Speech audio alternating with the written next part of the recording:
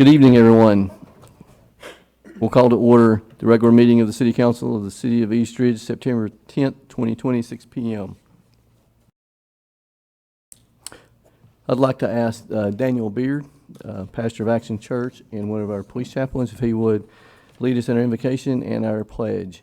If everyone want to stand. Let us pray.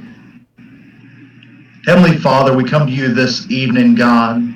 And God, we know that we need your direction in times like these. I ask God that you direct us, give us guidance for the agenda ahead, Lord. Be with our mayor, be with our council, be with those elected officials in this season, Lord God, and guide them with the decisions ahead. God, may you also guide the citizens of Eastridge to make good decisions for their yards, their homes, as Eastridge works together to make it a better place. Let us help out our friend and our neighbor. Let us be willing to step in and help out our schools and volunteer as needed. God, I pray over our city. I know your hand has been upon us to get us this far. May we continue in that same pioneer spirit, leading the way for the rest of our area. In Jesus' name I pray.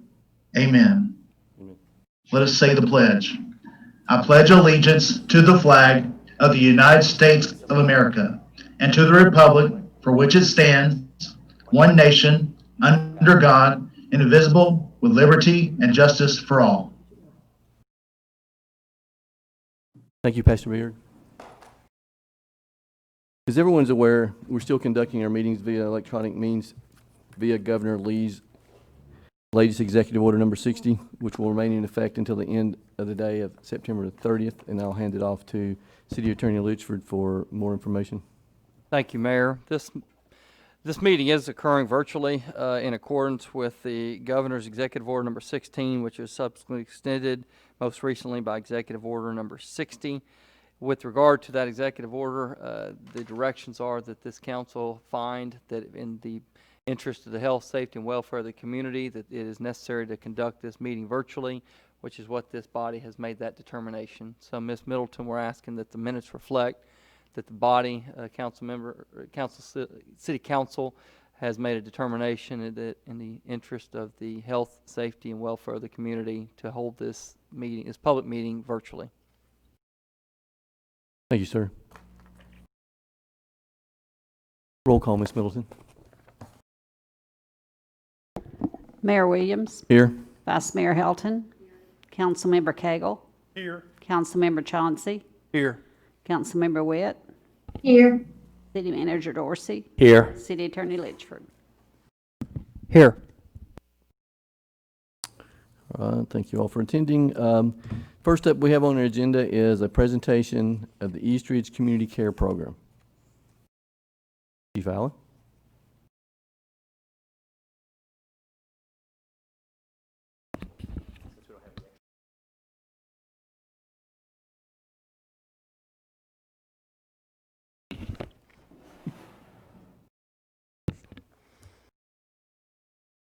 Mayor, Council, in June of this year, the Eastridge Police Department announced the beginning of the Community Care Program.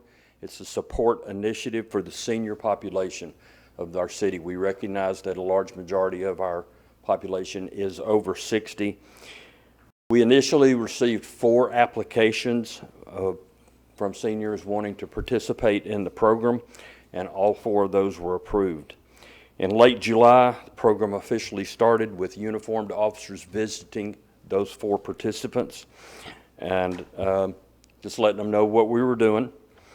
In August, the program was fully implemented with 3 members of the first Citizens Police Academy volunteering to join the program as sponsors. Under the current configuration, the volunteers will sponsor 1 or 2 seniors. They call them at least once a week to check on their general well-being. The volunteer is unable to reach the senior participant. The volunteer notifies the police department, and we send someone out to the resident to check on them in person. Right now, These volunteers are making those phone calls from the police department, so it's an immediate notification if they don't get an answer. So far, everybody is answering. The response has been very positive, both from the sponsors, the volunteers, and the participants. And they have made a total of 28 contacts during this time. That's each contact has been, or each citizen has been contacted at least 7 times. We designed this program with the ability to meet the needs of many more participants. We have, our first Citizens Academy had 9 people graduate, all wanted to participate. We have the ability to involve many more of our senior citizens. We'd love for them, those that are interested, to contact the department, or they can go on to the website, the city's website, and the application to participate in the program is there. They can download it, fill it out, and get it to us, and then we'll start with them. We said anybody over 60 in the city of Eastridge is eligible, and we can handle a lot more than 4. Questions? Awesome. Thank you very much, sir. I think it's a great program. Council, any questions? Yes, sir. Are the participants furnishing house keys to keep us from breaking the doors down when we go there and we can't get in?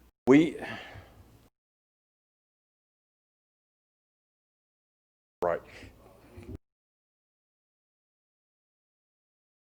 A relative is their emergency contact, so if we go then and can't get a response to the door, then we'll contact that person to come with a way to get in. We do not want to break down doors. Anyone else? Thank Awesome. you, Mayor. Thank you. Council. All right, at this time, we have another presentation. It's from the Eastridge Optimist Club for their Firefighter of the Year and Police Officer of the Year awards. And just to remind everyone, last year's was Brandon Clark for the fire department and Hal Duncan for the police department. But we have Ginger Howard, president of Eastridge Optimist Club, and she will do the presentation along with both of our chiefs. Ms. Howard? I believe you're on mute. There you Okay, go. sorry about that. All right. Go Thank right you, ahead, Ms. Mayor Howard. Williams and other members of the council and City Manager Dorsey for allowing me to make this presentation. My name is Ginger Howard and I am the current president of the Eastridge Optimist Club. One of the 5 purposes of the Optimist organization is to inspire respect for the law. Each year, the Eastridge Optimist Club hosts a luncheon on September 11th to honor and show our appreciation for all our first responders in the Eastridge community. Our wish is to let all our first responders and civil service workers know just how much we appreciate them and their service. A police officer and firefighter of the year is announced and honored at the annual luncheon. Due to the coronavirus pandemic, the club had to do things a little different this year. Some of our larger youth activities had to be canceled this year, but we intend to be back stronger than ever next year. However, this is one event we were determined to have, so our first responders know that we appreciate them even more in these uncertain times when they are putting their lives on the line every day for us and the other citizens of Eastridge. The mayor and council have graciously allowed us to make the presentation honoring the 2 recipients of the awards tonight. Optimist members will be delivering Harry Mackey's most famous barbecue to all Eastridge City employees for lunch tomorrow, Friday, September the 11th. Now, for the first presentation, I will ask Fire Chief Mike Williams to come forward to present the Optimist Firefighter of the Year Award.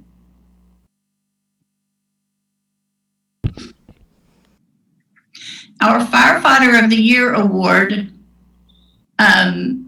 winner this year puts his heart into his job every day.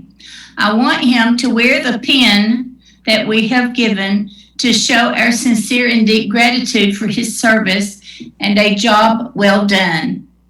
Our Firefighter of the Year award for 2020 is Battalion Chief Randy Albright.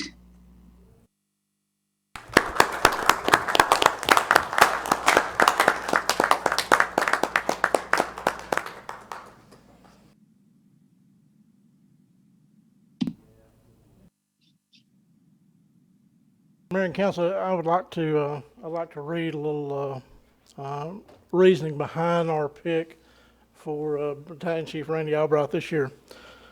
On November the 14th, 2019, Eastridge Police and Lifeguard EMS were dispatched to a reported residential fire located at 1302 Adonna Lane. Fire crews entered the residence upon arrival. Battalion Chief Randy Albright was a member of one of the first crews, locating 2 victims inside the house.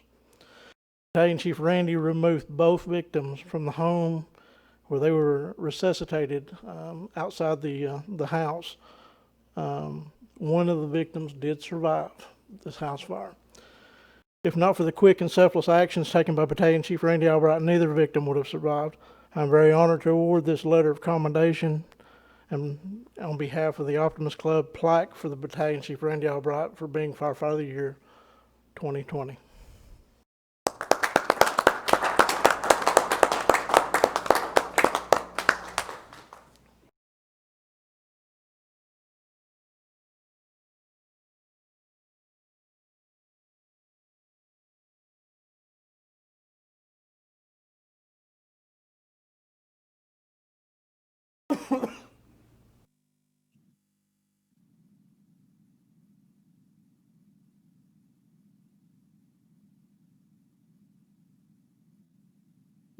Thank you very much.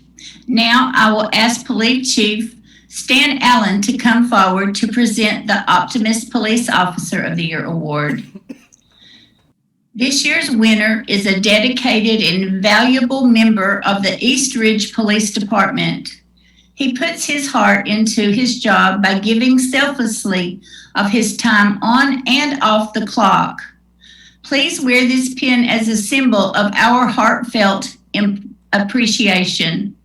Our Police Officer of the Year is Corporal Jeff Crow.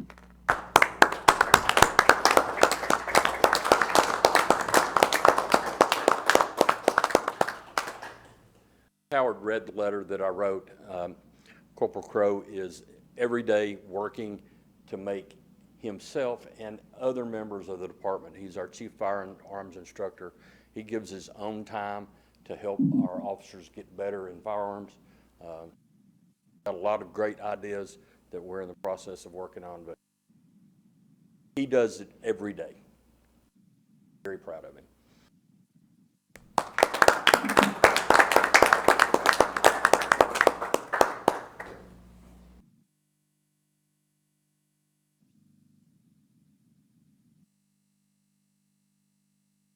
Thank you very much. And we will see you all again tomorrow and bring you your lunches.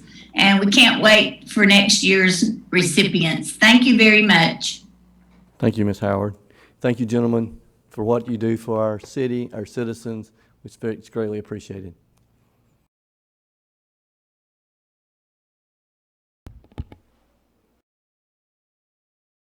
All right, we'll move to our consent agenda. I'm sure that everyone has had an opportunity to review the minutes for the August 27th, 2020 council meeting and the declaration of surplus property. I'll entertain a motion for the consent agenda. Make a motion to approve the consent agenda. We have a motion by Councilmember Chauncey and a second by Vice Mayor Helton. Do we have any discussion? I see none. Roll call, Ms. Middleton. Vice Mayor Helton. Councilmember Cagle. Yes. Councilmember Chauncey. Yes. Councilmember Witt. Yes. Mayor Williams. Yes.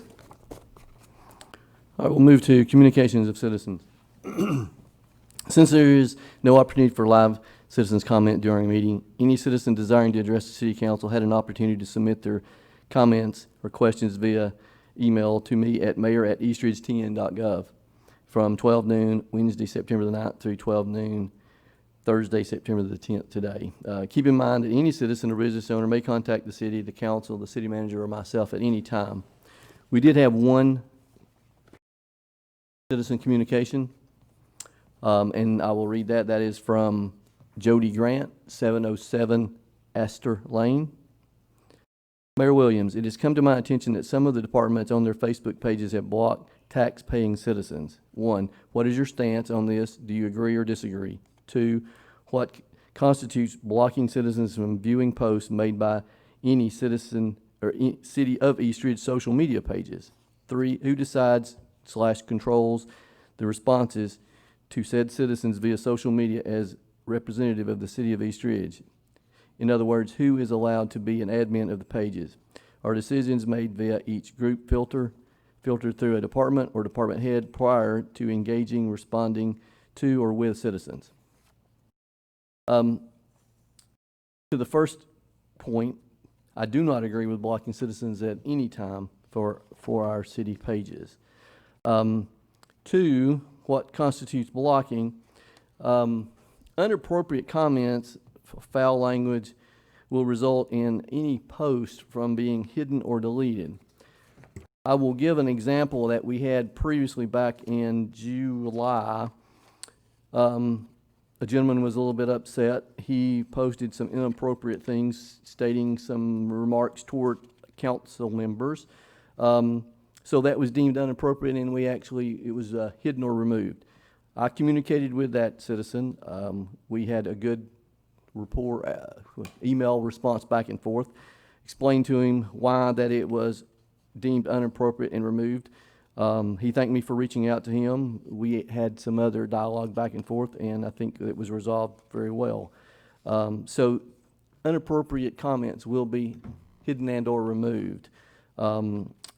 As to 3, I'm going to defer that to the city manager regarding the department head social media pages as they, and the administration of that as they do report directly to him for the city. So. Thank you, Mayor. Yes. A couple things. One, we've noticed a lot of times any of our posts that are done on any of our city pages may be forwarded or shared with there's a few Eastridge social media pages that are out there that a lot of people get their information from that aren't affiliated with the city, but people will forward posts to those pages. And if certain people are blocked from those pages, they may not be able to access things related to the post. Number 2, and you and I sort of discussed this a little bit after the last incident you referred to. The main purpose for the City of Eastridge Facebook pages, which I think we determined there's 6 pages, for like parks, codes, city government, things of that nature.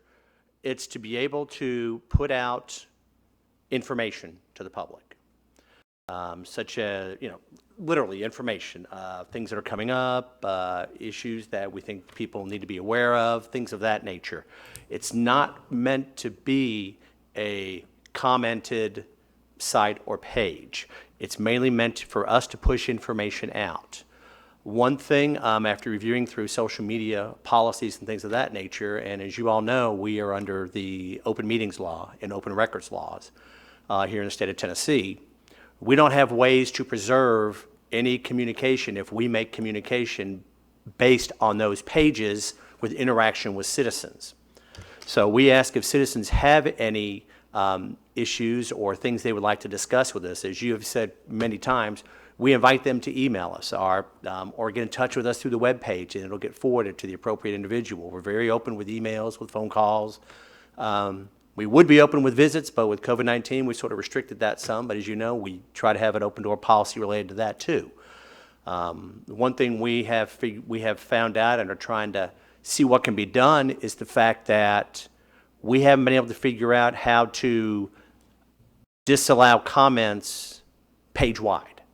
We know we can, if someone posts something, they can disallow comments for that particular post, but we haven't figured out yet how to do it the whole page wide. So every once in a while, a post may be missed and comments may slip in on that. The purpose isn't for us to silence the citizens or things of that nature. The main purpose of our social media pages is to relay information out. It's not for the city, that is. It's not for discussion purposes. I just want to make sure we mention that. We are in the process of updating our personnel HR manuals. We're in the process of updating our municipal codes, things of that nature, which are very, as we've discussed, some things are technologically in those very out of date. So we are looking to see what we need to do with that. If that means we're going to work some on a better social media policy to make sure things are followed in the manner they need to be, then that's something we're going to look at. In addition to that, like I said, we have to just make sure with records retention and communications retention, things like that, that the city is able to follow the Open Records Act and things of that nature. Did I leave anything out? Assistant City Manager Custer? You can say no, that's fine. Okay.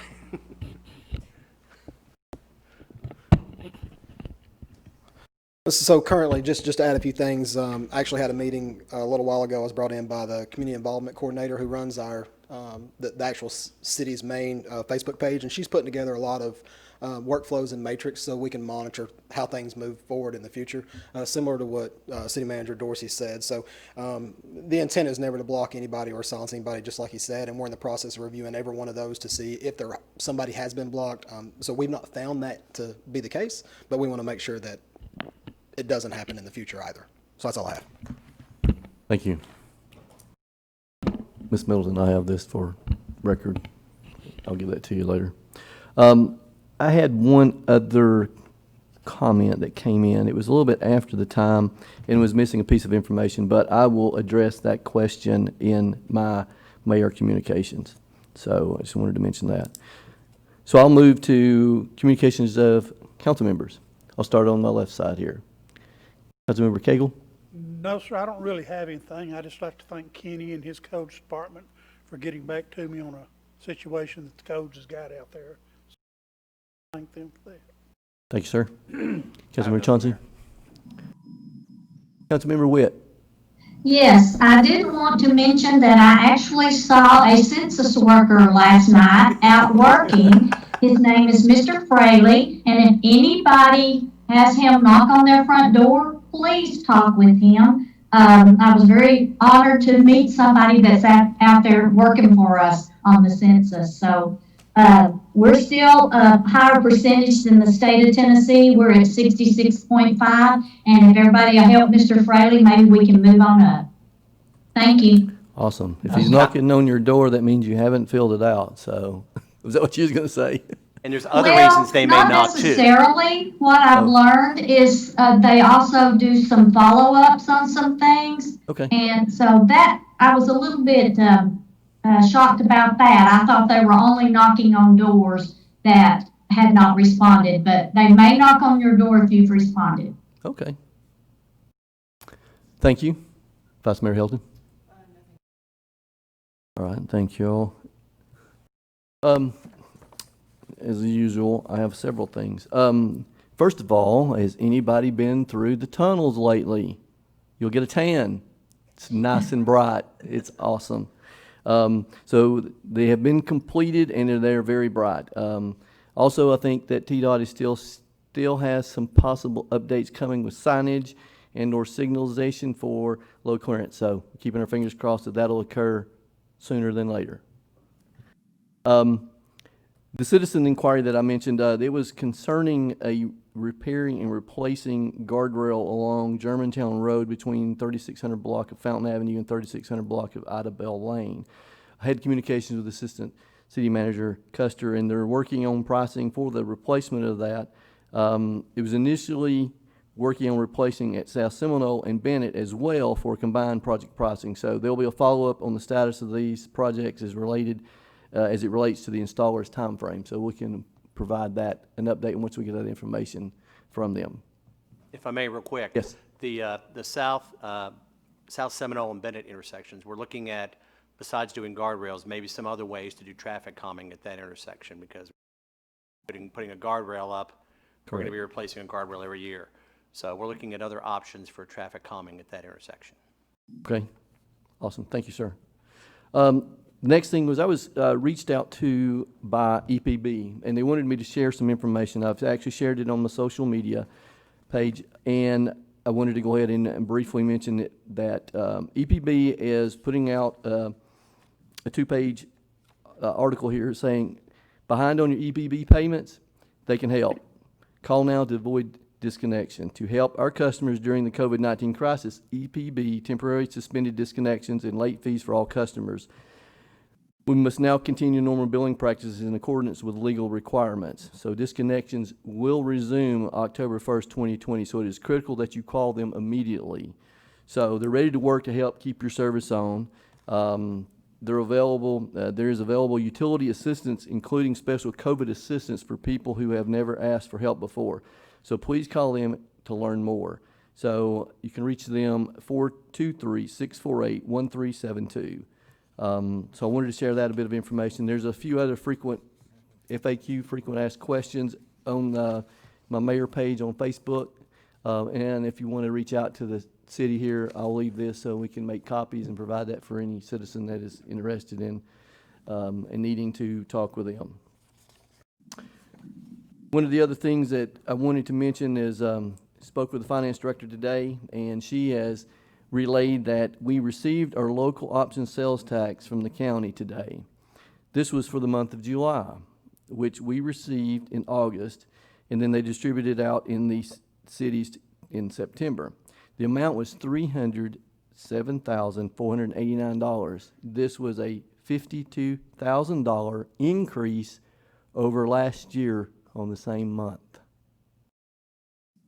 Our hotel motel tax that we received in August from the county was $54,050.82.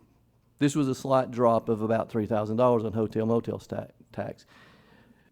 However, both of these are phenomenal numbers with the events that are going on. So our city is doing extremely well during this time. She went on to say Champy's opened in July, and Camp Jordan was extremely busy with various tournaments in July. People continue to eat, shop, stay, and play in Eastridge. So this is great news. Wanted to share that with the citizens. A couple other good things.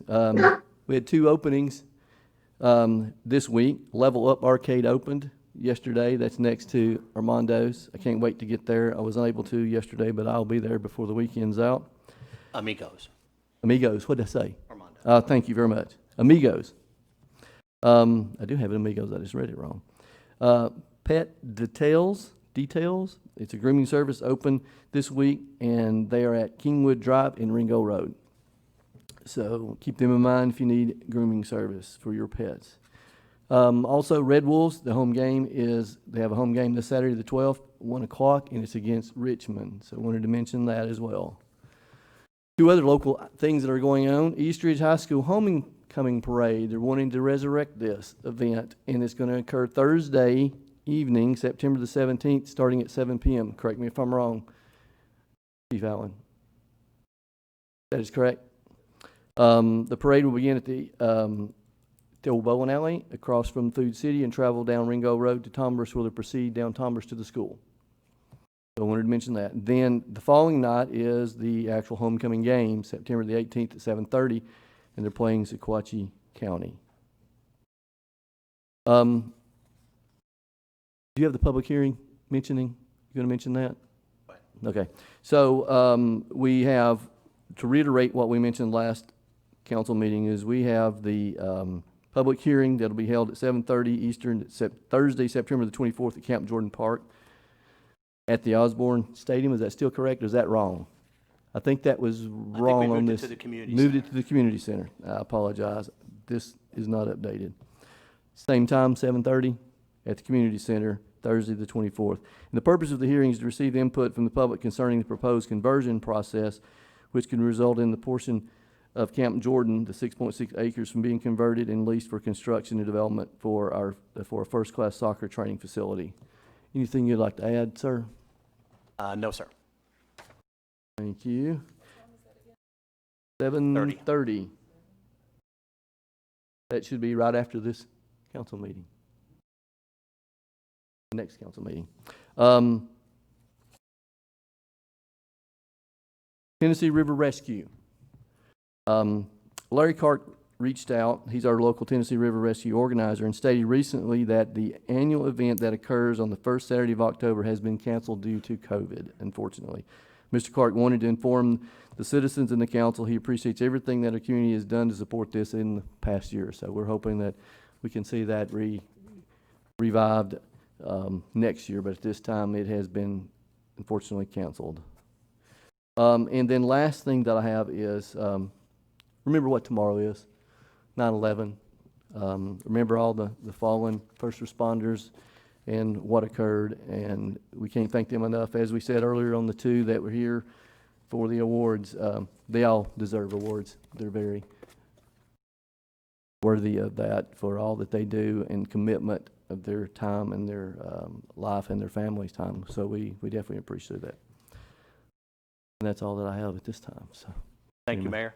Speaking of 9/11, the principal from my son's school had called last night to talk about that as well. And, you know, last year's graduating class that graduated with, you know, under the cloud of COVID-19, they were basically the last class of children that were alive when 9/11 hit.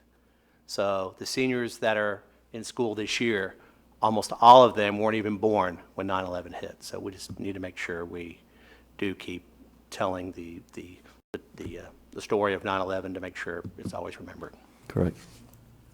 Okay, I got a couple things. Splash pad update. Remember the splash pad?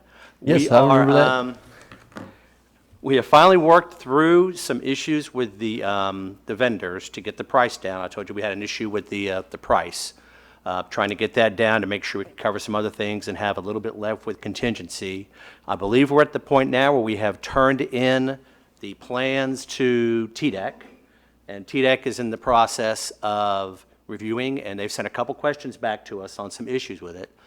So we're waiting to hear back from them again to go ahead and get the notice to proceed. I'm getting thumbs up, so I'm saying the right thing. Notice to proceed with that project. I just we had some questions about that, on where it stood. Just want to let you know what was going on with that. In addition, there was an announcement this week by the library. The library board met and has voted to move the library to Phase 2. In the Eastridge Library phased reopening plan, I'll read very quickly what Phase 2 is. Before this, they were just doing curbside service. You called up, you said what books you wanted, or you might be able to do it online too. What books you wanted, and they would set them in a bag outside. You picked them up and you went on your way. With Phase 2, it says, along with curbside, patrons will be able to make an appointment for browsing and computer use. Appointments will be required during this phase and limited to 45 minutes. To maintain proper social distancing, only 3 computers will be available to the public. The number of people allowed in the building will be 10, which includes staff. Browsing and computer appointments will be Monday through Friday from 12 noon to 4 p.m. Curbside will be available from 10 a.m. to 5:30 p.m. The library will be closed on Saturdays. Computers will be limited to only Eastridge residents. Staff will not be able to provide one-on-one help on the computer at this time to deal with distancing issues. There will be no daily shared materials such as newspapers and magazines, which cannot be sanitized at this time.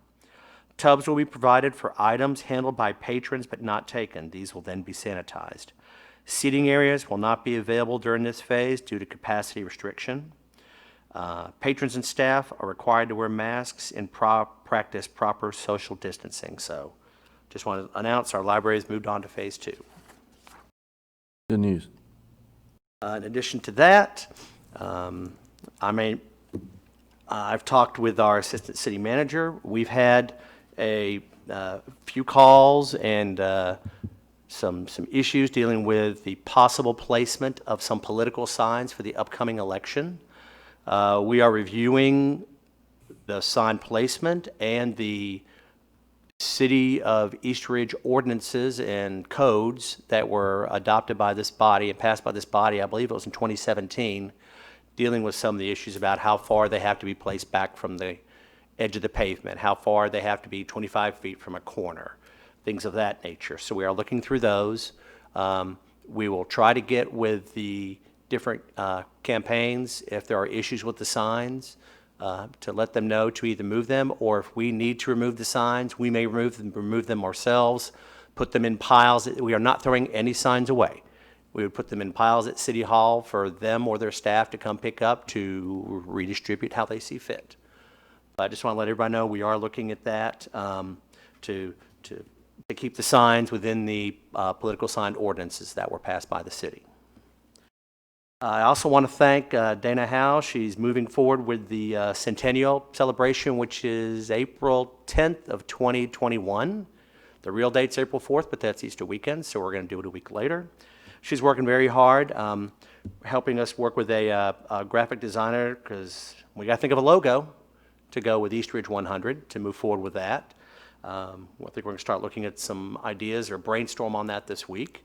If somebody has an idea of something and they want to email it to the mayor or myself, they're welcome to, and we'll forward that on to the committee if there's, something out there we haven't thought of, and we'd love to get some ideas on that. So we're moving forward with that.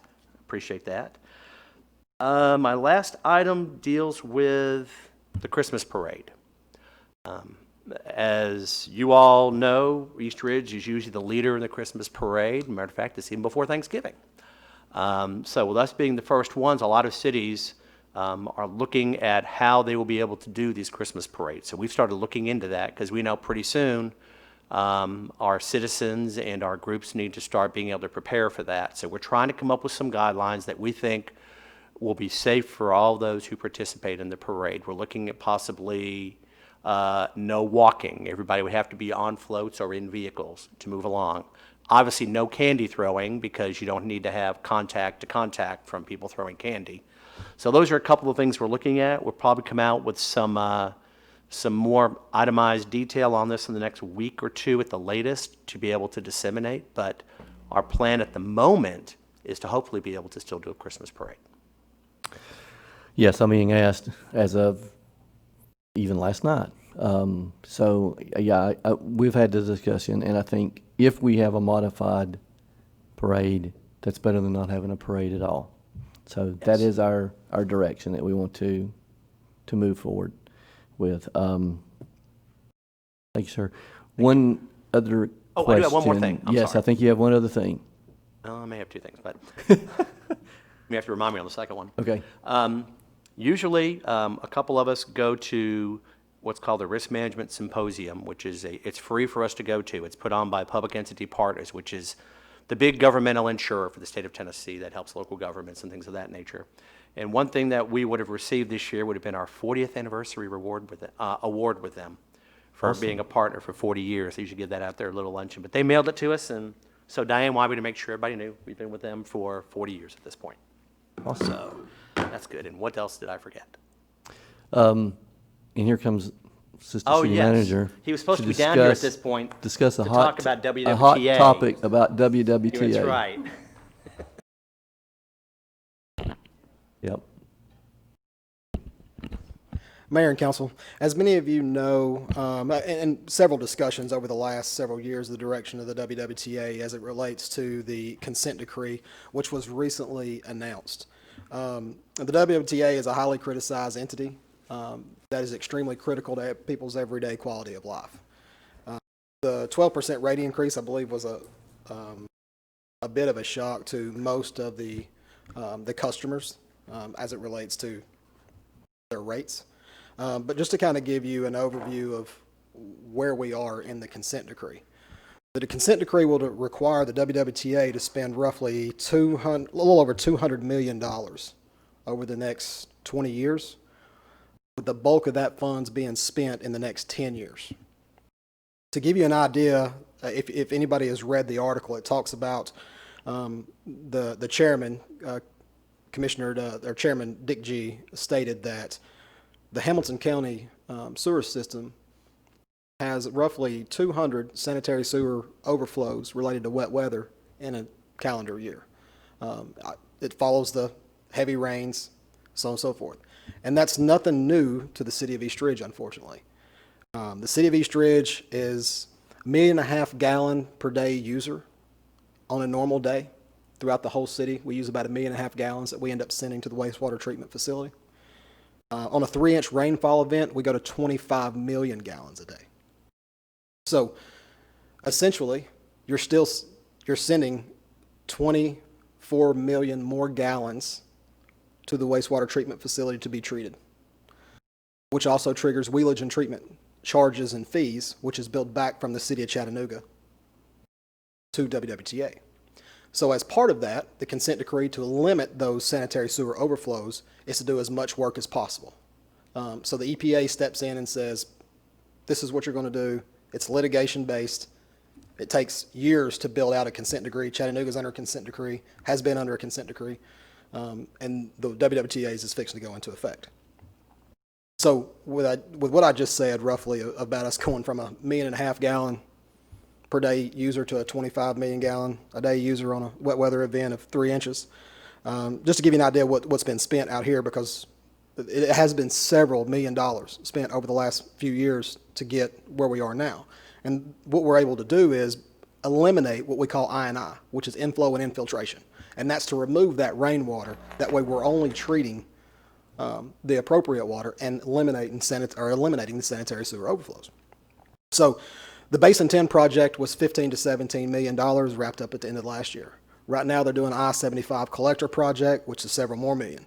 Over the next 2 years, there'll be a total of from the last project and this project, $20 million spent in Eastridge between Basins 3, 4, 10, and the sewer interceptor project, which is currently going on, which is also going to require them to jack and bore under the interstate for a connection on the other side. Within 4 years, there'll be an additional $20 million spent on various projects that will hopefully be able to lower the amount of the wet weather conveyance that goes through by creating, whether it's a storage or what other projects that we can manage to come up with that are in design now. The city of Eastridge ran its own sewer treatment plant for a long time. Obviously, I wasn't necessarily involved in the process when the county took over countywide, with the exception of the city of Chattanooga and Collegedale. But at that time, the city was facing a dramatic increase in fees. And that was why, one, the city couldn't afford to maintain it, and two, they didn't want to have to go up on the rates. So when the county took over the system was already in desperate need of repair. So that's what's pretty much brought us to this point. It's full steam ahead going forward. Obviously, it's litigation based, but at the end of the day, in order to, the vision of the WWTA in its inception was to sewer the county, try to sewer the unincorporated areas. Now all the funds are being spent to mitigate I&I in every community, and that's how it has been over the last several years. So that's roughly a small summary about what's going on with the WWTA. But if anybody's got any questions, they're more than welcome to reach out, and I can explain the best I can. One thing that a lot of people say is it's double my sewer bill. It is much more expensive to treat wastewater than it is water. So even though years ago the fees were roughly the same, that cost has continued to rise. So the sewer bill and the water bill won't be the same. So, and I know that's a comment there, some communication that gets back to us quite often. So, but I just want to provide that little bit of update. We're looking at really $40 million being spent in Eastridge from last year to the next 3 years. So, thank you. Thank you, sir. That's it? All right.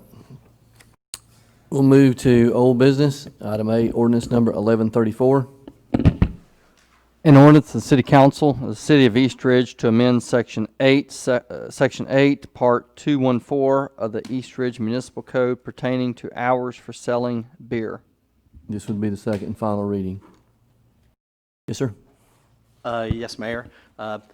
As you know, like you said, this is the second reading. This basically changes our hours on Sunday from selling beer from starting at noon to backing up till 10 a.m. on Sundays.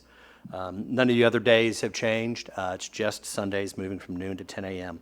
And later on, there'll be a resolution dealing with the liquor by the drink that will also move the time on Sundays from 12 back to 10 a.m. I explained at our last meeting, one of the main reasons to do this.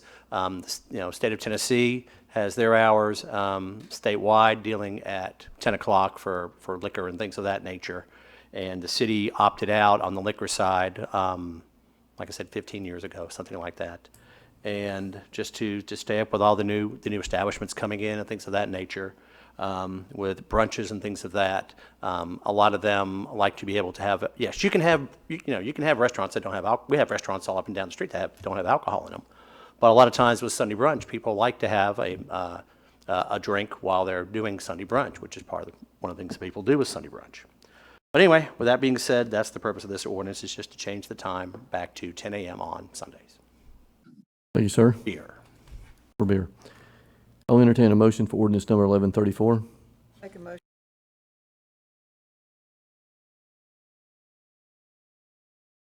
Second. I'm sorry, was that a second? Yes. Okay.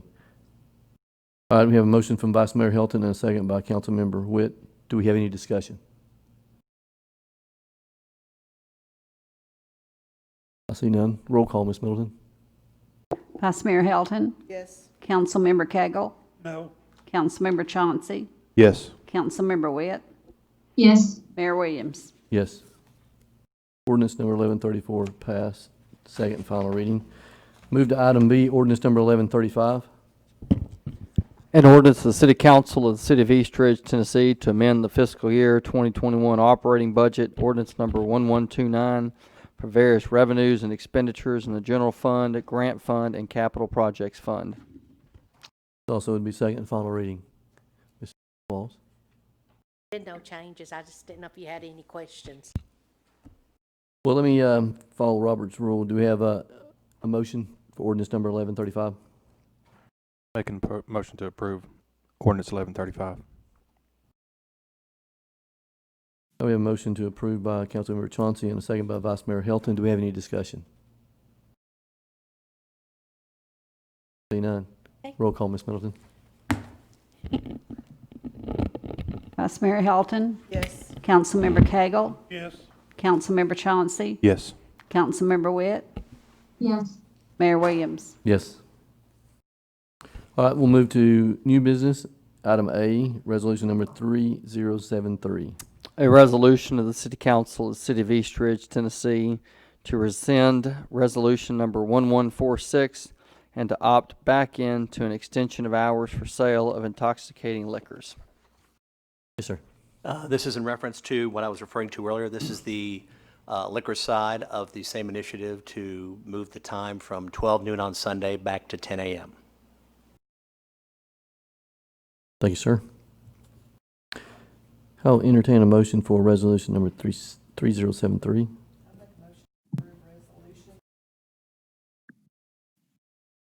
I'll second. We have a motion to approve by Vice Mayor Hilton and a second by Councilmember Chauncey. Do we have any discussion?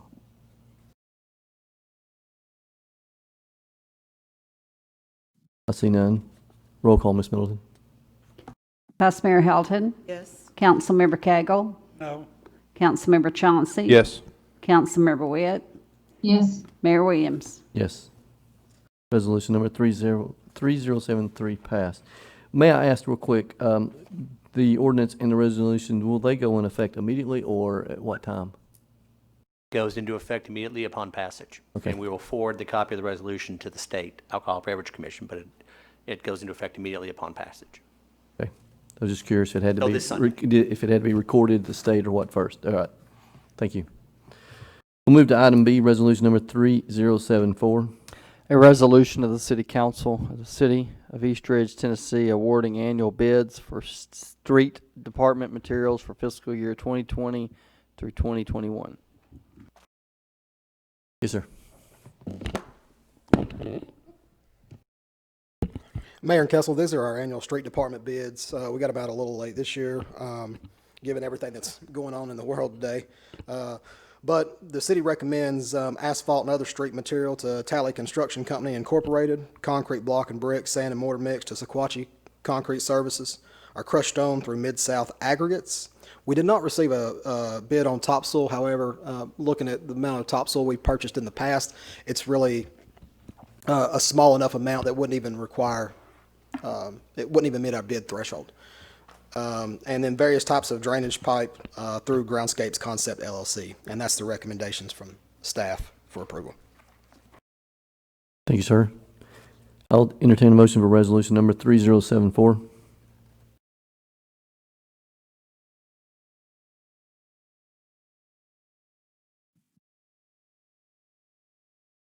Second.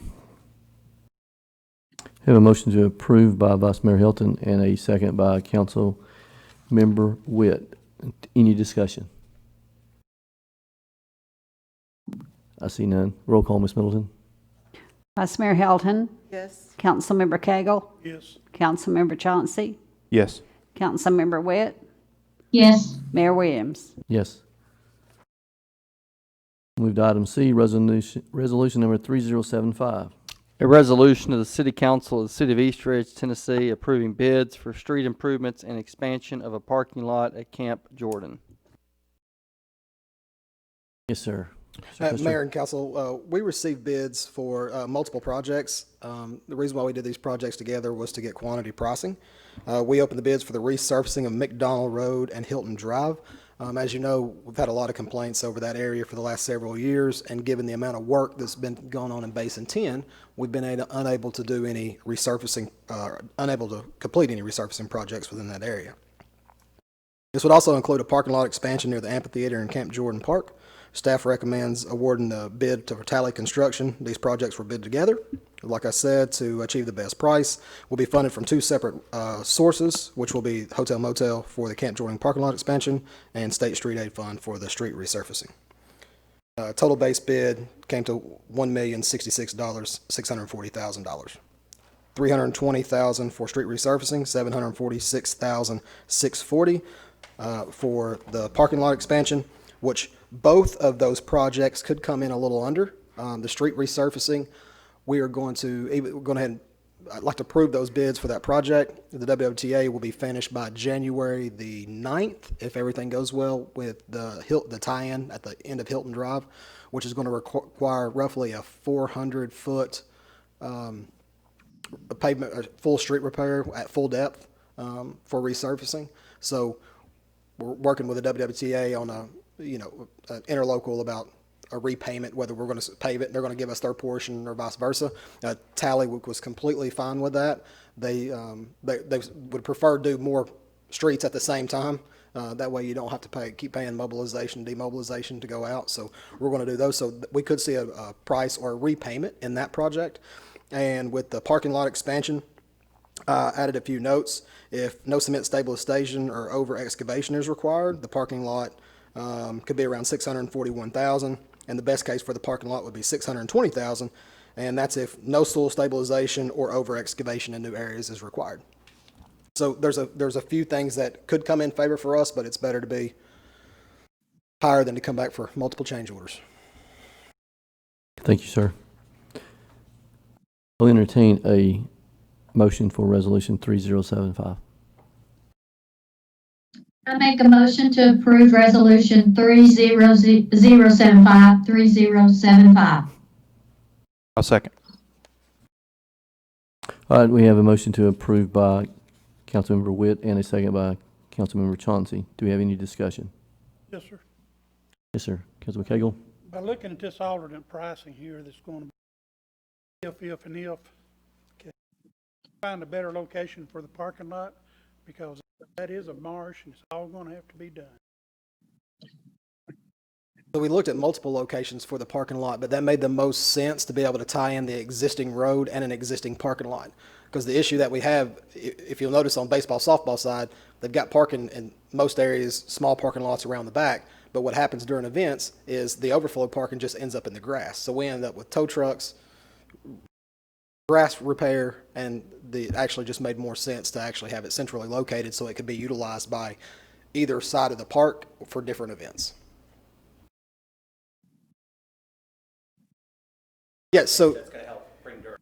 Yeah, absolutely. So there will be some of the excavation. There's going to be some a detention basin there, but the way it's going to be done is like a small stormwater park. So should be able to utilize it. It's got, I believe they did like a 12-to-1 slope, so you'll be able to just mow down in it. It's not something that's you'd have to fence or anything like that. That can be utilized for anything. So when it's dry during the summertime, you'll be able to utilize it. When it's in the wet weather months, it'll stay damp and moist, but it's actually going to be easier to maintain. And that was one thing that took us a while because we were working on the design to keep it as linear as possible. Going to slope the water toward the amphitheater. Actually, what happens is the water from the parking lot, it will be captured into the detention basin, because you have, basically it runs from the drain, where the concession stand is on the hill. There's a drainage ditch out there that was covered up for a number of years that we discovered. So once we discovered that, and the drop from one end to the other was really shallow, so that was the reason why we're tying that in to also the parking lot. So that part of the parking lot will drain, go to the detention basin, and then over the time, the detention basin will just release. So just during wet weather events would be the only time that it actually holds water.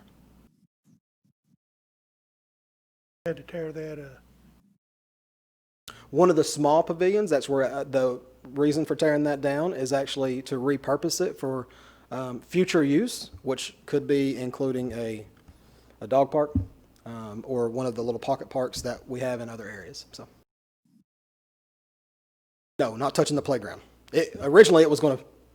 We thought we could relocate that, but that that wasn't a viable option. Any other questions?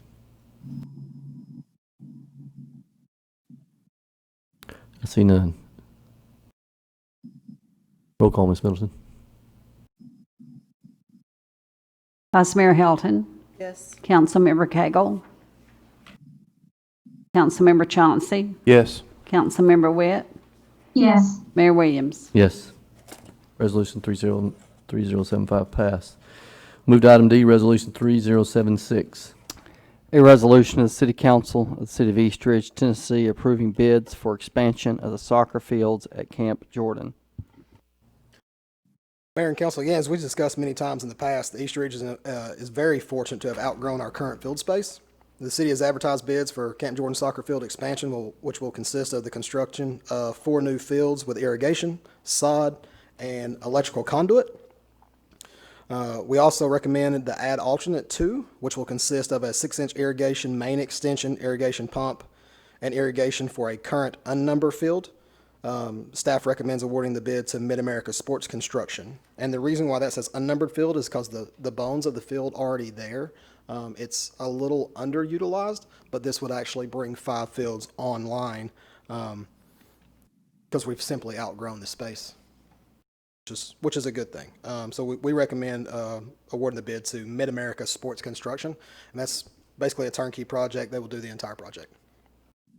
And along with that, I actually had a call this week that I'd like to share with you guys, and also an email, and it says, Kenny, I just wanted to briefly inform you of the positive economic impact that the improvements to Camp Jordan has had on our business. Tournaments increase our sales anywhere from 25 to 35%. Adding soccer fields, additional improvements will create even more tax revenue for our city. July 2020 was our biggest month in sales. Biggest month in sales during the mid of a pandemic. And he said, and part of that was 2 big tournaments that we were fortunate enough to have at Camp Jordan, and these were big, large-scale tournaments, but they lasted from Tuesday through Sunday. So they're week-long tournaments. Those are great events to have. And he said if we add more soccer fields, make additional update to Camp Jordan, we will only generate more revenue for the city of Eastridge. And that was thanks, Heath Kyle, Chick-fil-A. Chick-fil-A. Chick-fil-A. Not even open on Sunday.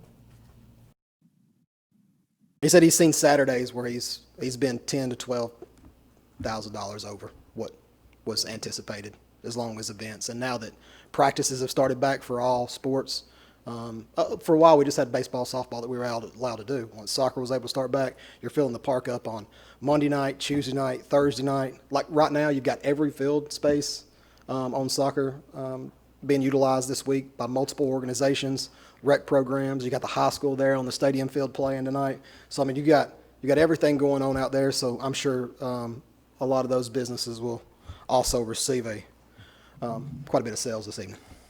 Well, and to reiterate our finance director's statement about how we have $52,000 over this July than last year during this pandemic due to our sales tax increase. And with this project is also the solution that we're working towards of being able to remove some fields off of metered water. So you're not, since it's not an ag meter, you're not paying sewage discharge fees. And we won't run into the issues that we have with the well. So this whole project should end up taking care of other issues that was going to need to be addressed over time anyway.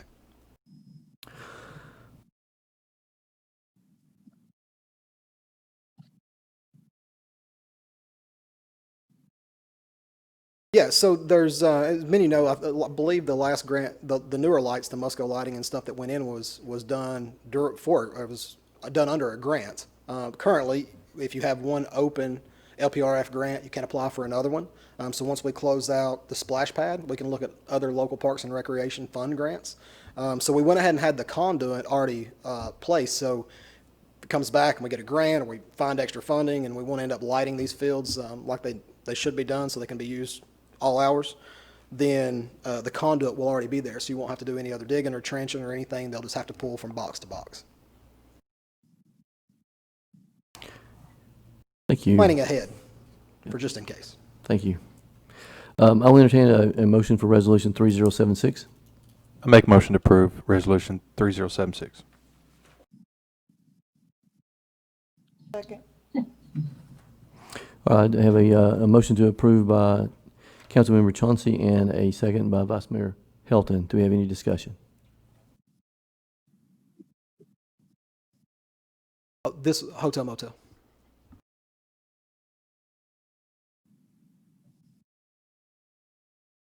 For any improvements that you utilize in Camp Jordan, yeah, we're going to use hotel motel, which we're currently in a surplus of. Have enough in hotel motel? Or are we going? We have to go out for debt for this because all of our hotel motel is in the debt service fund. So we will be going out to finance this. But yes, we have plenty in there to be able to cover debt service payments. Yes. We have here a while back changed that to where we could keep our debt, plus if we needed to pay cash for something, we could get it out of there. It was discussed. Yeah. That's what we were wanting to do, to be able to just pay, because if you got small things, you can just pay cash right out for it. And of course, with approval from council, but it's easier just to be able to do that, but that's not how it's set up currently. Something we could change. Yes. Just went back in debt down to park for almost $2 million. Close. Yes. Okay. 1.5.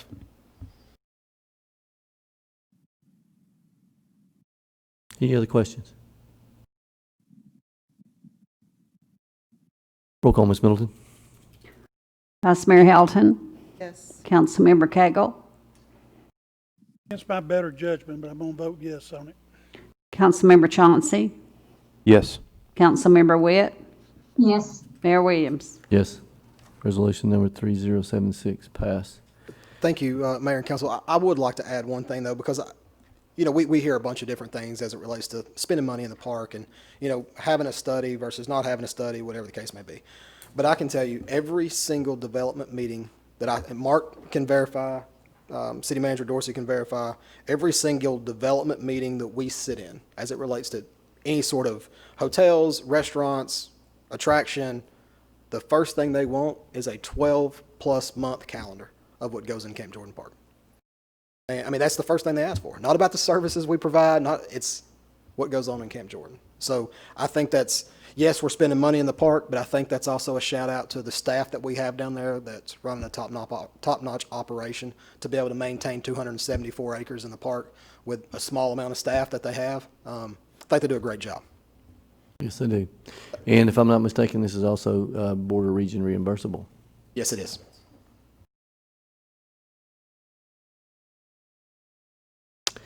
All right, we'll move to item E, resolution number 3077. A resolution of the City Council of the City of Eastridge, Tennessee, approving the execution and delivery of a development agreement with MVMS Properties GP relating to a project in the Border Region Retail Development District and authorizing certain actions relating thereto. Yes, sir. Mayor, Council, City Manager, this is a project that has been proposed at the old Eastridge hardware store. The specific address is 5337 Ringgold Road. The developer is MVMS Properties. It's an affiliate of the Mountain View family auto dealerships. They've got a good reputation. The proposal for the developer is they want to relocate a current existing Pandora European motorcycle retail dealership that's currently in Highway 58 at the corner of 58 and 153, and they want to relocate here into Eastridge. Mr. Randall Abear is here on behalf of or as the representative for the developer in this matter. I would ask Mr. Abear if you can you hear me, Mr. Abear? I can indeed. Okay. If you would you give the council a moment of opportunity here to introduce yourself and this development? Sure. My name is Randall Abear. I appreciate y'all's time this evening. We have been looking for a place to relocate to for over a year. We're going to terminate the lease that we have. We have additional options, but we're outgrowing it. And the property is just not able to accommodate us. So we've been looking for quite some time and happened upon this property at 5337 Ringgold Road. And it is an ideal location. We're really looking forward to becoming a part of the city of Eastridge and being a part of a growing number of businesses that are relocating out there. We will be expanding the business. Right now we have about 9,000 square feet that we utilize. When we renovate this building, which we're not going to tear it down, the building itself will exist similarly to the way it does now, although we will make some upgrades to it. But we will be occupying the entire property, and it will be just under 20,000 square feet of showroom and workshop area when we get done with it, hopefully before June 30th of 21. Thank you, Mr. Abear. As we do with all projects, we ask the developer to provide information with respect to this development. That information consists of what their anticipated investment expenses that we qualify as reimbursable expenses under the Border Region Act. And then we also ask the developer to provide to us what their expectations are for annual revenues. This is the project that the developer has come and asked the IDB for a development agreement, and in there they've asked for reimbursements allowable under the Border Region Act. The retail sales generated from the Tennessee sales of the motorcycles would qualify for that would generate Border Region taxes. And so with this respective development, the developer has provided a list of expenses, and those expenses consist of the property acquisition, which in this case is right at $1.5 million. That will obviously add more property taxes to the tax rolls. You're seeing now, this is a property that is significantly more west than a lot of the properties that we have seen come forward for a Border Region request. And the property here is still going for $1.5 million. And so it's a high price, but they recognize that this is the value of Ringgold Road these days. They've submitted a list of the architectural, engineering, their surveying, their site prep, their fire engineering, their plumbing, and any sort of environmental reviews. That totals out to around $65,000. Then they're going to put in a build-out of $1.5 million for the construction build-out. Once they acquire it, they are going to gut the building, bring it down. They're going to use the entire building. There was a question as to whether or not this property would use the HR block, and they are in fact going to be using the entire development there at the old Eastridge Hardware, including the HR block unit. So that's going to be around a $1.5 million renovation. And then other allowable costs under the Board of Regent Act are any startup furniture cost. And in this case, since this is a dealership, they will be providing, and I think, Mr. Aber, they do provide service labor as well, correct? Yes, sir, that is correct. And so the equipment was budgeted for $250,000. That's to equip the service department for these motorcycles, as well as the sales floor and the showroom. And so that came out to $250,000. And then interest on the carrying costs for loans are eligible reimbursable costs under the Board of Regent, and they had that at around $70,400. In total, the developer anticipates an investment cost of $3.4 million, just a little over $3.4 million for their investment, as what they would identify and what we would agree are the reimbursable expenses under the Board of Regent Act. So the way the city evaluates it, we always ask for the two things, the expenses and the expected return on the Board of Regent taxes that it's going to generate. So in this case, we've got around a $3.4 million investment, and we asked the developer to provide projected annual revenues. The developer did that, and that is on on your spreadsheet of page 2, the projected annual revenues. The developer projects at $3.5 million to be the opening Tennessee state sales tax that will be generated. Mr. Aber and I worked together, and we did around a 2.9 to 3% growth in that neighborhood, which is the standard expected growth for businesses, 2.9 to 3%.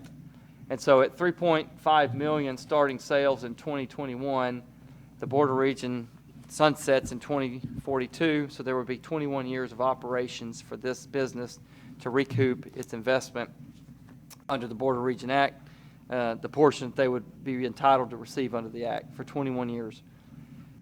I'll skip to it. In 21 years, it's estimated that the average sales are $4.8 million.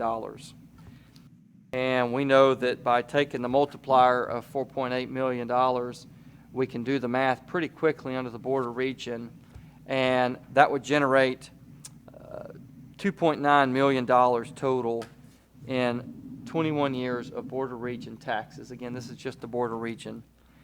So when the city council, when the city administrative staff, finance look at what this project is going to be, they try to evaluate what the return on investment they can offer for the developer. In this case, it was recommended by staff and subsequently moved and approved by the IDB to allocate 65% of the annual Board of Regent money generated from this development. That would net the developer $1.9 million in reimbursements of its expenses. So you can do a ratio there to figure out, or the percentage. The developer is investing $3.4 million. They would recoup just from the Board of Regent tax dollars generated from this operation $1.9 million, and you get a total of 56% return on the investment for the developer, provided that the developer performs at what they project. And in this case, as I said, they project starting at $3.5 million, increasing around 2.9 to 3%. Is that about right, Mr. Aber? That is correct, yes, sir. So we did that spreadsheet and did it over 21 years. So again, when you do the math, it's projected that the developer will receive at a 35-65% split. The developer will receive just under $2 million for its return on investment, which comes out to a reimbursable return of around 56%.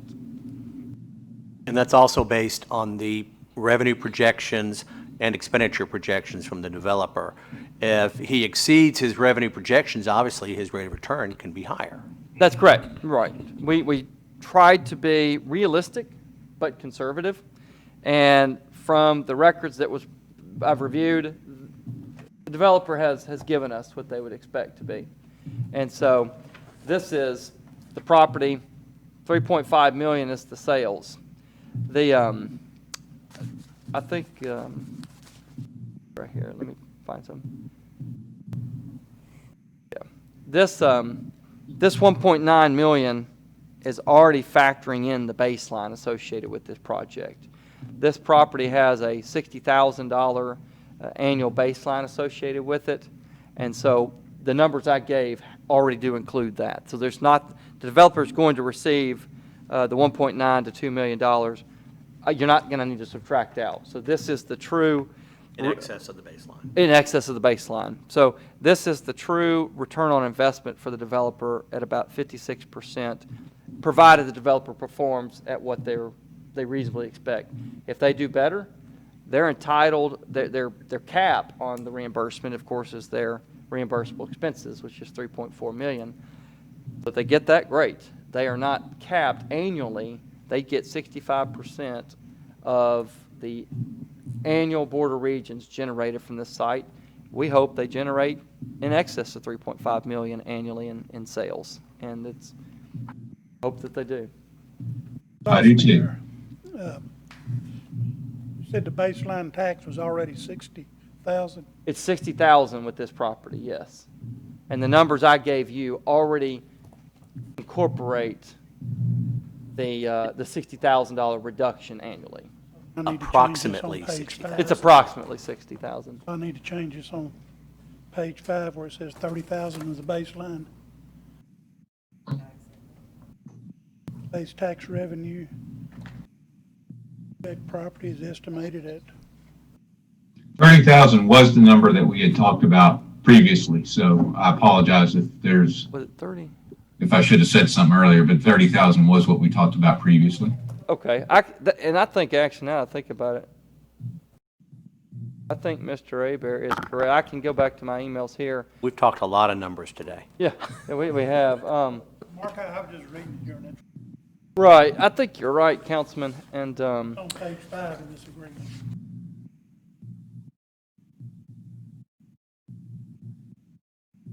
it does, and I actually think that is correct, Councilman Cagle. I said 60. I had typed in 60 when I was fixing this spreadsheet between a week and a half ago. I remember the 30 is mentioned as well. That's right, and so I'm looking here, but I have in my notes here. I found my notes, and it is reported. Mr. Aber, you're right. It would be $30,000, and I apologize. So I can quickly do the math. Oh, okay. Excuse me. It is. My math is correct on the spreadsheet. When you do the 30,000 multiplied over the years, I had the number in here. Of course, it comes out for the 20 years. It would be 600,000. So I subtracted that out. So that is my fault. I have it right. These numbers are in fact accurate for the numbers. Excuse me. It's 30,000 as the baseline. He is an attorney, so he tries to add correctly, and we appreciate his efforts. As a math major, no less as well. But that's right. Excellent. So let me go back. Yes, Councilman. On page 5 of the development agreement, it says there at the top, the base tax revenue of the property is estimated at $30,000. That's what we have it estimated. The Department of Revenue will not allow us to disclose the exact number, but we give enough in there that the developer knows this is about it. It may be off, just a small margin because we can't give the exact amount. So, but again, the numbers are the developer is set to receive $1.9 million in reimbursable expenses under the Border Region Act out of a total of $3.4 million for a total ROI of 56%. Thank you, sir. I'll entertain a motion for Resolution 3077.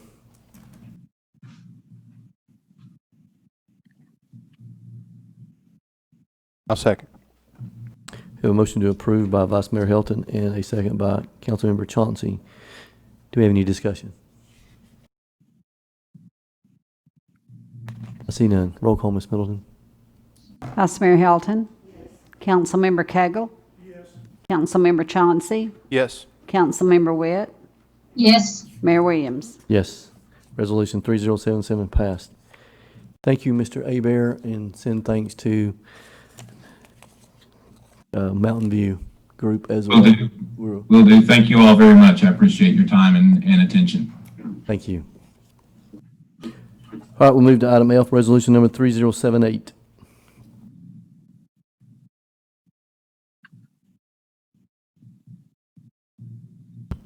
Council, I'm going to read this resolution. I did receive an email from the developer asking that this be pulled from the agenda tonight.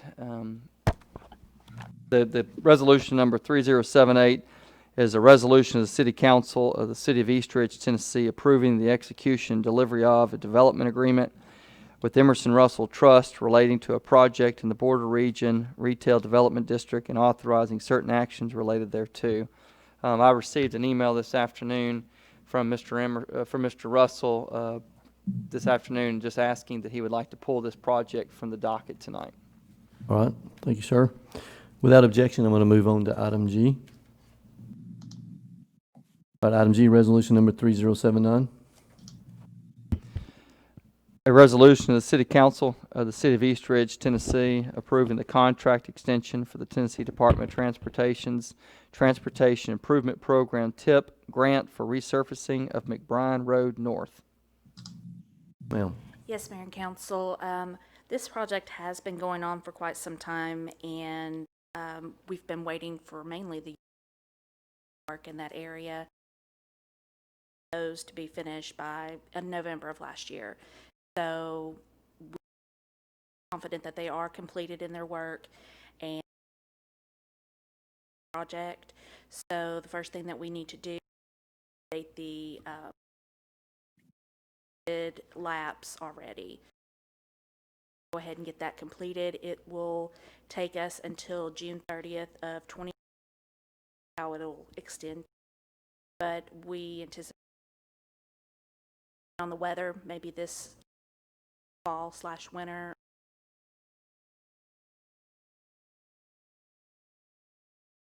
Update a few documents and then. Thank you, ma'am. I'll entertain a motion for resolution 3079. I make a motion to approve resolution 3079. I'll second. We have a motion to approve by Councilmember Witt and a second by Councilmember Chauncey. Do we have any discussion? Roll call, Ms. Middleton. Vice Mayor Helton. Councilmember Cagle. Yes. Councilmember Chauncey. Yes. Councilmember Witt. Yes. Mayor Williams. Yes. Thank you, Mayor Resolution. and Council. Thank you. Resolution 3079 approved. We'll move to item H, discussion of the tentative agenda items for September 24th, 2020 council meeting.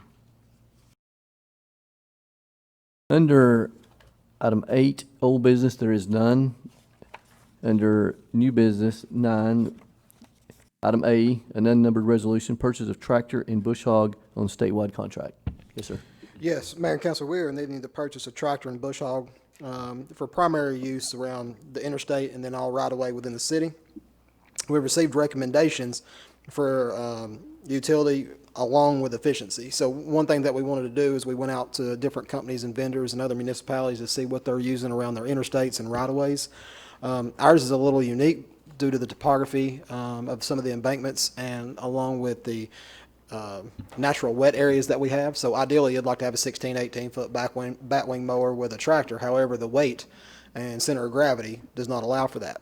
So we had them come out and they demoed what they recommended. Bradley County, I believe, just purchased a few of them, which is a Steiner 450 all-wheel drive tractor with a 72-inch rough deck from Ladd's Turf and Golf Utility using statewide contract.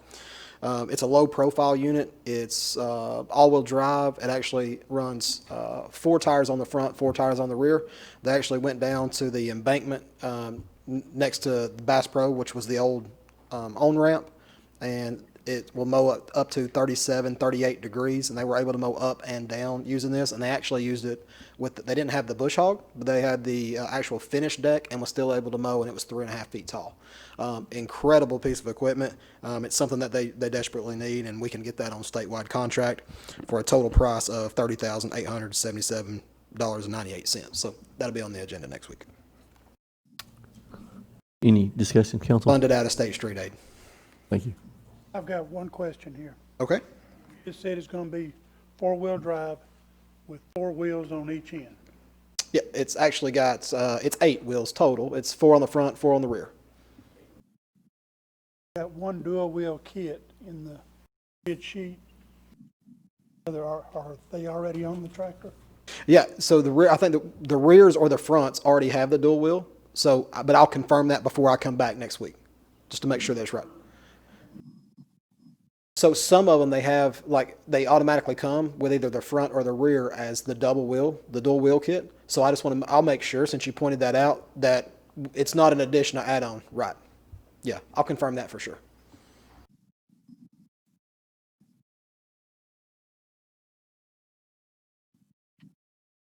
Any other questions?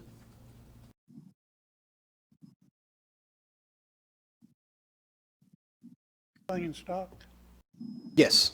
Yeah, the tractor is in stock. Won't be this time next year before we get it. No, the tractor is in stock. We're asking them if they will if they will actually loan us the bush Oh, we're hog. okay with that. Yeah. Any other questions? I have one. So in stock, is that in stock locally or is this Memphis? Memphis. Okay. They actually, when they came and did the demo, they drove from Memphis and brought it down here last week for us all to see it operate. And I've got some photographs. I can include that in next week's pack just to kind of show you the angle that it's, the ability to cut. It's pretty impressive, much safer than some of the operations we're trying to do currently. Awesome. Thank you. All right, move to item B, another unnumbered resolution, approval of bid for stormwater project on Boyd Street. Yes, Mayor and Council, if you'll recall, a few years back, we had some concerned business owners about going on about the same time the rezoning was occurring for the townhomes on Boyd Street. We went out and looked at it. We did see a bit of a sheet flow problem during wet weather events, so it took a while with discussions with engineers. But back last year, we actually went out for bid for 2 different projects, one being Boyd Street, one being South Seminole. We broke those projects into 2. The lowest bid was received by Integrated Properties, or Integrated Concrete. We spoke with them. They're more than willing to keep their price with no changes. So we're going to be recommended that we move forward with that Boyd Street repair, because we've already spoke with one of the business owners, and he was asking where we are with it, and it was one of the things that had been not necessarily a shelved project, but we got the engineering back, got the bids back, so we're wanting to go ahead and move forward with that project. And that's also a state street aid project, but it's also reimbursable because it's within the border region. So. Thank you, sir. Any questions? Is that going back toward all the way to the townhomes, or just going to the garage there? It'll go just past the last commercial building to where the residential is. I believe that's the length, and it's on that side of the street, because what happens is as the water rolls off, it rolls off into their area, and this will be a small swell that you could drive over, but it'll capture the water and take it all the way down to the catch basin at Ringo Road. Thank you. Any other questions, council? Hey, Kenny, I remember this been some time ago when that came before Planning Commission. We had several residents on that street, including the business owner there. There was a lot of residential residents right there that lived across the street from that proposed development that are having a lot of flooding issues in their front yard. Is this going to help alleviate some of those issues with the residents? Mainly, like maybe the second and third one on the left there as you're coming up Boyd. So this project is designed to just take care of the sheet flow from that area. However, the ditches that you're referring to just need to be reestablished, and all that can be done within the same project. Thank you. As long as we don't run into utility relocations and stuff like that. That's part of some of our issue with cleaning out things within the right of way. Come back in, do sewer laterals, new water lines, and then you got to do utility relocations because of the depth. Thank you. And that total, I apologize, that total is $68,631. Any other questions, council? Any other additions or anything for the agenda? There will be one.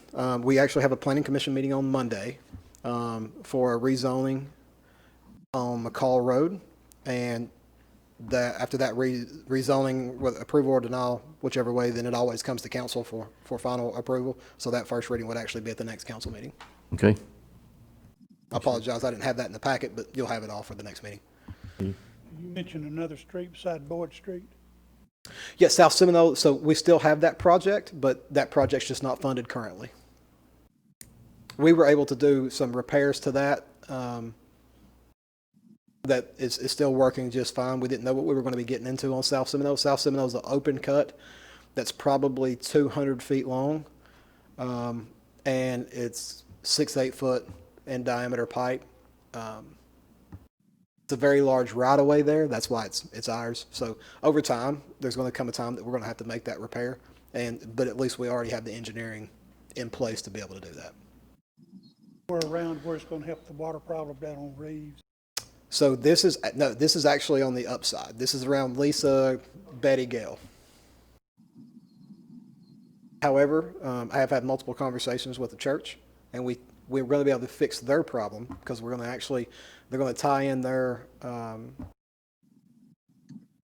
way it is right now, they've got a open spillway, because they've done a curb cut. So we're working on fixing that curb cut, tying that back in. It'll actually force everything down into their detention basin, which has to be redug to the proper depth. So it'll actually hold, retain, and then slowly drain.